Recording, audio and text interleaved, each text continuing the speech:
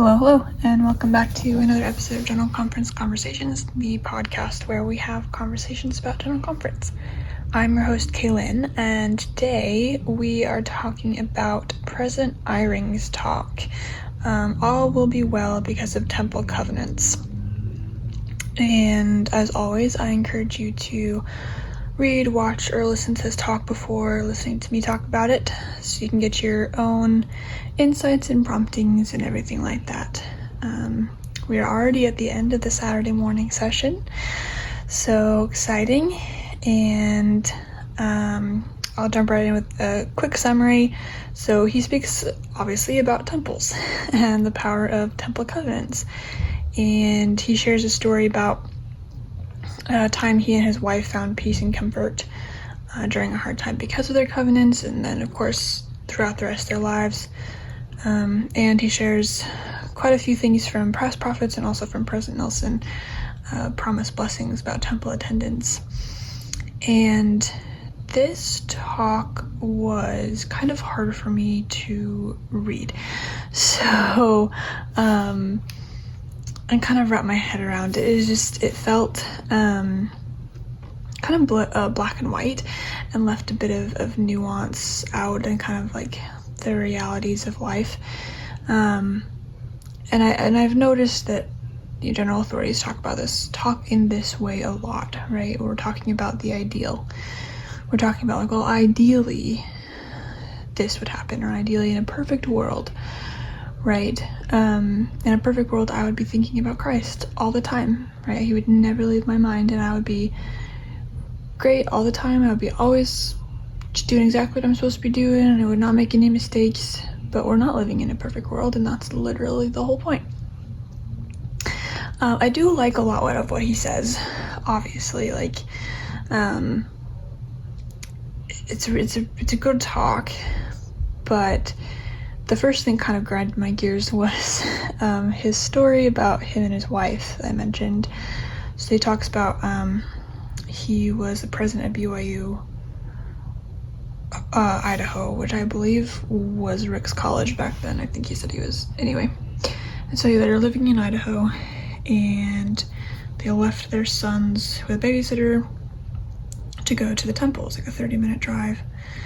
And when they got out of the session, people were like kind of freaking out, and somebody finally told them that there was a kind of a newly erected dam in the valley that had broken and had flooded the whole valley. And so like 2/3 or something crazy of the people were, their houses had flooded. And he's like, this is a time before the internet and cell phones, and so there was no way for us to contact the babysitter to see if our kids were okay. And we couldn't drive home because all the roads were flooded, and so they had to stay in a motel for a night before heading back. And of course they were very anxious, and they prayed and just all this stuff. And he was like, I was able to fall asleep. And my wife kind of nudged me awake. He's like, how can you sleep at a time like this? Like, this is so worrying. And he said something like, we've made covenants in the temple, and so everything is going to be okay. No matter what happens, because we've made these covenants, our family is together forever, and it's going to be okay. And they were both able to kind of relax and find comfort in that. And I don't think, obviously, I don't think President Eyring was discounting his wife's anxiety. He said he was, worried too, would be anxious too. But sometimes when we say things like that, it doesn't come across quite as genuine, or isn't quite as helpful. Sometimes it can be actually quite patronizing. Right after that story, he says, perhaps this statement from President Thomas S. Monson best illustrates what Kathy and I felt on that unforgettable night. As we attend the temple, there can come to us a dimension of spirituality and a feeling of peace. We will grasp the true meaning of the words of the Savior when he said, peace I leave with you, my peace I give unto you, let not your heart be troubled, neither let it be afraid. And this is what I understand, this is what he's getting at, right? Is that even in very tumultuous, emotional, emotionally or physically challenging times, we can still find peace. We can still find comfort in the covenants that we've made in the gospel and Jesus Christ. I absolutely agree. And of course, I just gave my peace spiel a couple of episodes ago about I had a friend many years ago who kind of very much changed the way I thought about life and the gospel. And he said something like, peace is not an emotion, it's a state of being. And so you can be feeling a lot of different emotions, but still be at peace. You can be happy and be at peace. You can be sad and be at peace. You can be frustrated or anxious or grieving or whatever and still be at peace. So you can be feeling these really deep emotions that are that seem kind of counterintuitive to peace, like kind of the opposite of peace, right? But still have an inner peace kind of a thing. We'll talk about that next episode with Elder Bednar's talk, but like you can be grieving the loss of a family member and still be at peace that you'll see them again, because you have that belief, you have that faith that you will see them in the afterlife. And same thing, like you can be really upset about not getting a job or not getting a promotion or something not working out in your life, and still be at peace that God has a plan for you, because you have faith that everything will work out. And so, but I think what's really important about that, and what has been so helpful to me as I've gotten older, and since my friend shared that with me, was that you still feel the emotions, right? You still are upset or frustrated or anxious or mad or sad or whatever, right?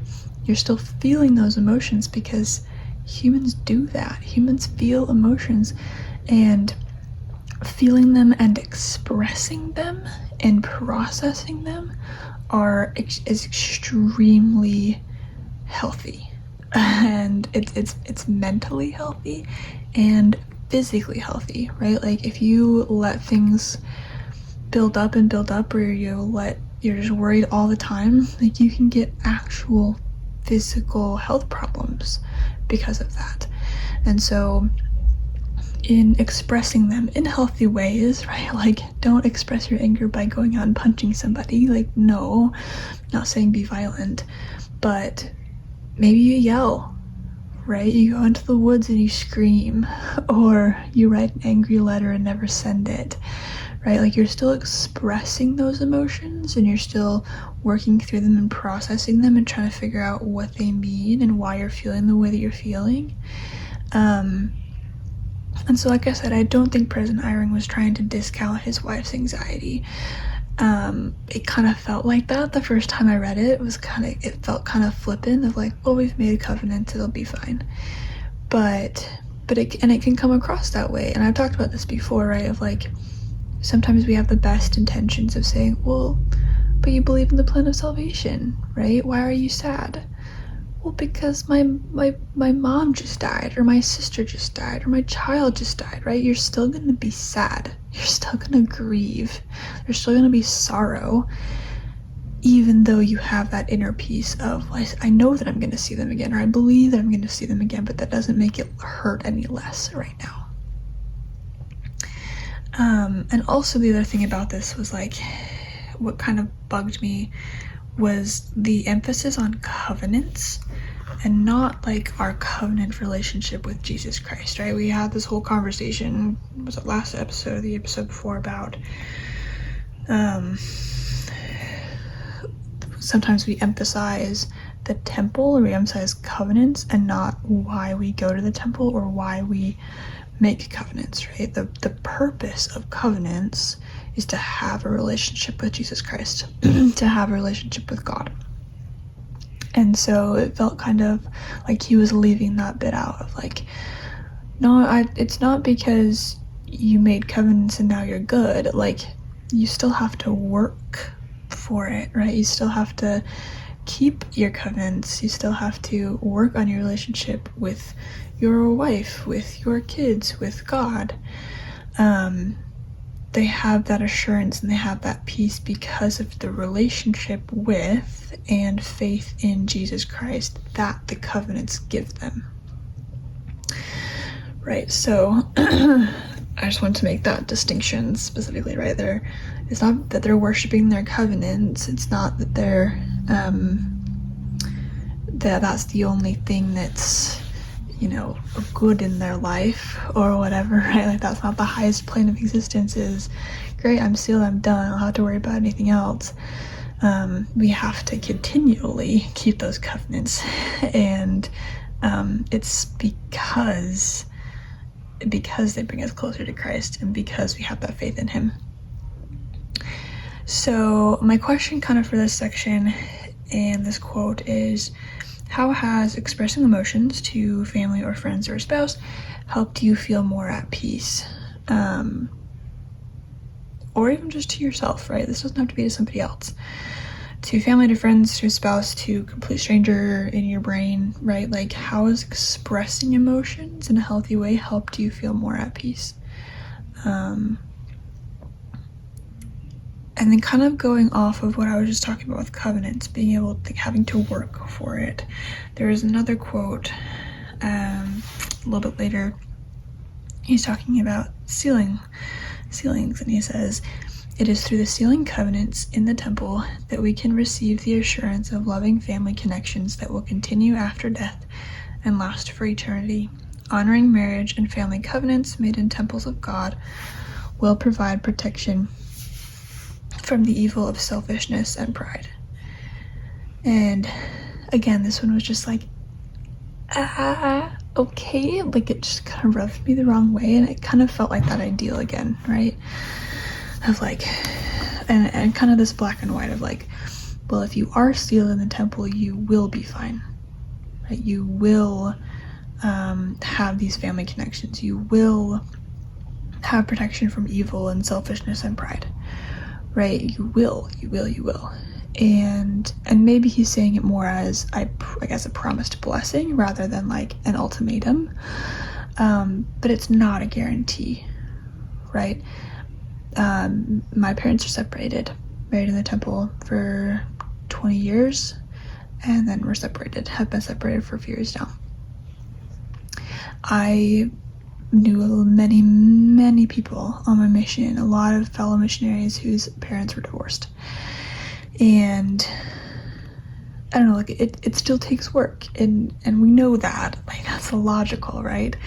But it still takes work, and sometimes it still doesn't work out, right? Because still people work on marriages, and they still end up getting divorced.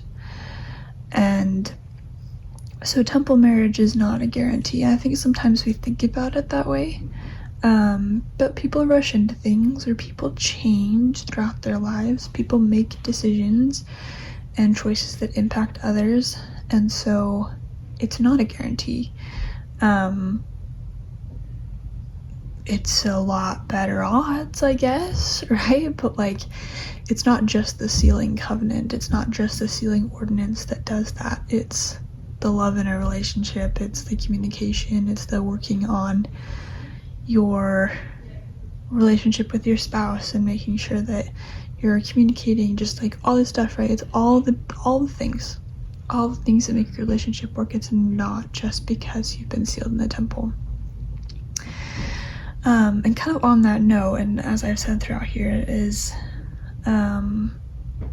thinking about that, right? Of people who don't fit the quote-unquote ideal, especially in like the family proclamation to the world, which is a lot, right? We have a lot of single mothers, single fathers, single people who've never been married. We have a lot of divorce, death,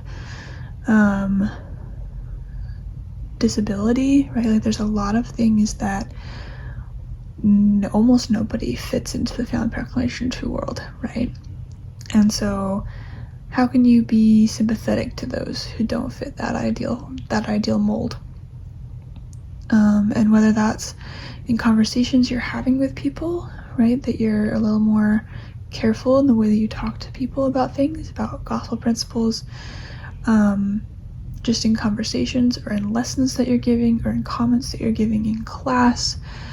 Just like, how can you do that? How can you be a bit more sympathetic is the best word I could think of it, like a bit more kind and just like inclusive, I guess, to all walks of life.